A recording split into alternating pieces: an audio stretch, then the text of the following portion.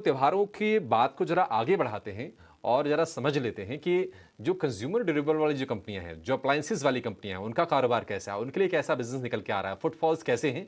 इस पर आज बातचीत करेंगे हम। एक दिग्गज कंपनी है विजय सेल्स।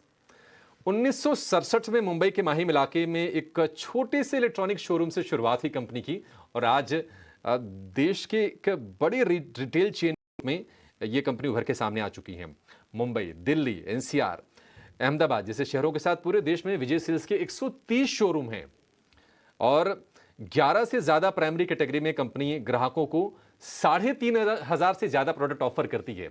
अगर आप विजय सेल्स के स्टोर में गए होंगे तो आपको भव्यता वो दिखती भी होगी।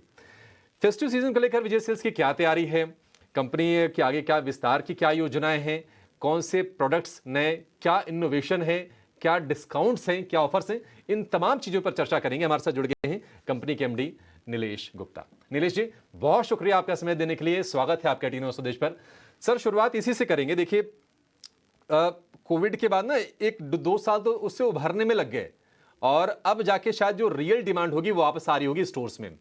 इस बार जरा फेस्टिव सीजन का जरा मूड बताइए कि किस तरह का लग रहा है, स्टोर्स में किस तरह से इंक्वायरीज आ रही हैं, कैसे लोग पहुंच रहे हैं और आपकी क्या तैयारी है। नमस्कार सभी दर्शकों को। मेरे ख्याल से जो आपने बिल्कुल सही कहा है कि इस बार कोविड के बाद पिछले साल थोड़ी रिकवरी आई थी, बट ये एक तरह से ये साल पूरा 100% रिकवरी वाला होगा और फेस्टिव मूड बहुत अच्छा लग रहा है। इसके दो मुख्य कारण हैं क्यों जो कि मैं बोल रहा हूँ कि फेस्टिव इस बार फेस्टिव बहुत अच्छा होगा। एक तो जो 15 अगस्त गया है, वो वन ऑफ द बेस्ट 15 अगस्त गया हमारा। मैं खाली सेल के हिसाब से नहीं कह रहा हूँ, जो फुटफॉल्स आए। दूसरा, अगर हम ये देखते हैं, ऑलरेडी हम श्राद्ध के आज तीसरा दिन है, लेकिन श्राद्ध में जो नॉर्मली हम हर साल देखते हैं कि सेल एकदम गिर जाती है, वो इस साल नहीं दिखाई दिया है। श्राद्ध में भी हमें काफ़ी रीज़नेबली गुड फुटफॉल आ रहे हैं और परचेज़ हो रही है। तो इसका मतलब ये सारी चीज़ें एक ही चीज़ को दर्शाती है कि लोगों का अब कोविड और उसके सारे इफ़ेक्ट्स भूल चुके हैं और अब नॉर्मल लाइफ़ एज़ नॉर्मल है। और इसी वजह से हमें पूरी उम्मीद है कि तकरीबन ये दिवाली जो है, वो आई थिंक पिछले 8-10 सालों में सबसे बेहतरीन दिवाली होनी चाहिए। ठीक है नीलेश जी, जरा ये बताइए कि देखिए, इस साल तो वर्ल्ड कप भी है देश में और कह सकते हैं कि क्रिकेट फ्रेंजी हमारे देश में बहुत होती है। ऐसे कस्टमर्स आ रहे हैं क्या जो ये कह रहे हैं कि नहीं, इस बार हमें वर्ल्ड कप देखना है तो 4K वाली टीवी चाहिए, हाई डेफिनेशन वाली टीवी चाहिए। क्या टीवी की डिमांड इस बार ज्यादा है और इसके अलावा किन अप्लायंसेस की मांग ज्यादा लग रही है आपको। तो बिल्कुल आपने नेल को हिट किया हेड पे। इस बार डबल दिवाली होगी। एक तो दिवाली की दिवाली और ऊपर से वर्ल्ड कप वाली दिवाली। बिकॉज़ वर्ल्ड कप है, इंडिया के जीतने के फुल चांसेस हैं। ऊपर से इंडिया भी होस्ट है।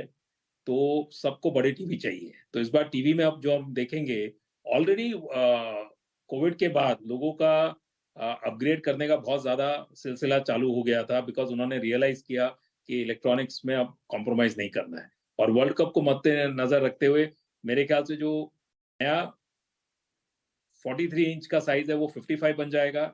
एंड इस बार हम कई लोगों को 65 और 75 इंच भी लेते हुए दिखाई देंगे और उसकी ऑलरेडी इंक्वायरीज़ आना शुरू हो गई हैं। और अपार्ट फ्रॉम टीवी, जिसकी तो because of the world cup and Diwali का रहेगा, अगर आप देखें, फ्रिज, वॉशिंग मशीन भी अच्छे जाने चाहिए। इस बार समर सीज़न में अगर हम देखते हैं, तो थोड़ा-सा समर हमारा बिगड़ गया था एसी का, बिकॉज़ बारिश आ गई थी। बट पिछले 2 महीने से हम देख रहे हैं कि गर्मी बढ़ रही है और उस वजह से सेल्स भी इम्प्रूव हो रही है एसी की।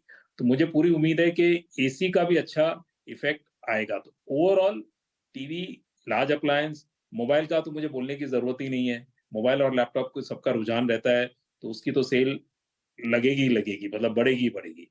तो I think overall it will be a very big अच्छी दिवाली होनी चाहिए।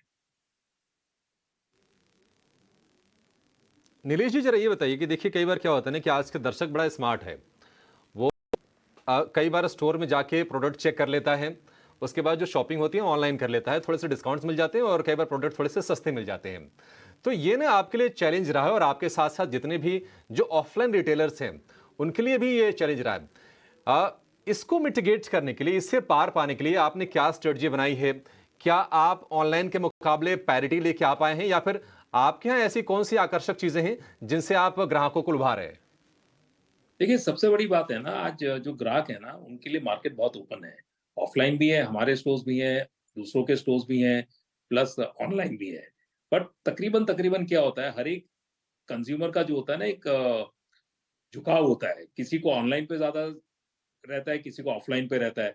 बट हमारा जो प्रोडक्ट है ना, वो थोड़ा-सा अलग है। कोई भी प्रोडक्ट ऐसा नहीं है कि जो आप लेंगे, जैसे आप कपड़े हैं, आप लेंगे, आप 6 महीना, 1 साल में आप चेंज कर लेते हैं। कई बार 2 महीने के बाद आपको पसंद नहीं आता है, पहनना बंद कर देते हैं। पर हमारे जो इलेक्ट्रॉनिक्स है ना, जो कोई भी आप चीज़ लेंगे, मोबाइल तकरीबन 2 साल रहेगा, बट अगर आप फ्रिज, वॉशिंग मशीन, टीवी की बात करें, तो तकरीबन 4 से 6-8 साल आदमी यूज़ करते हैं। तो उसमें सबसे बड़ा ग्राहकों को क्या चाहिए कि अगर मेरे तकलीफ आई, मुझे हुए, तो मैं किसी को जाके बात कर पाऊँ और मेरे प्रॉब्लम को सॉल्व कर पाऊँ। उस वजह से आप देखेंगे कि येस, हमारे पास एक दुविधा रहती है कि कंज्यूमर हमें ऑनलाइन के प्राइस दिखाते हैं, but in most of the cases हम या तो उसको मैच कर पाते हैं, या ग्राहक हमें थोड़ा-सा 2-4% एक्स्ट्रा भी कई बार दे देते हैं, बिकॉज़ उनको एक कम्फर्ट लेवल रहता है कि इस स्टोर में अगर कोई तकलीफ होगी तो हम वापस जाके करवा सकते हैं।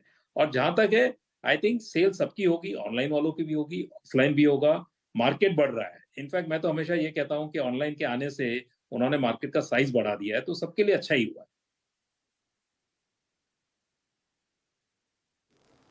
ठीक है, नीलेश जी, बहुत अच्छा लगा आपसे बातचीत करके सर। बहुत शुक्रिया समय देने के लिए और इस मुद्दे पर हमसे बातचीत करने के लिए, अपना ख्याल रखने के लिए।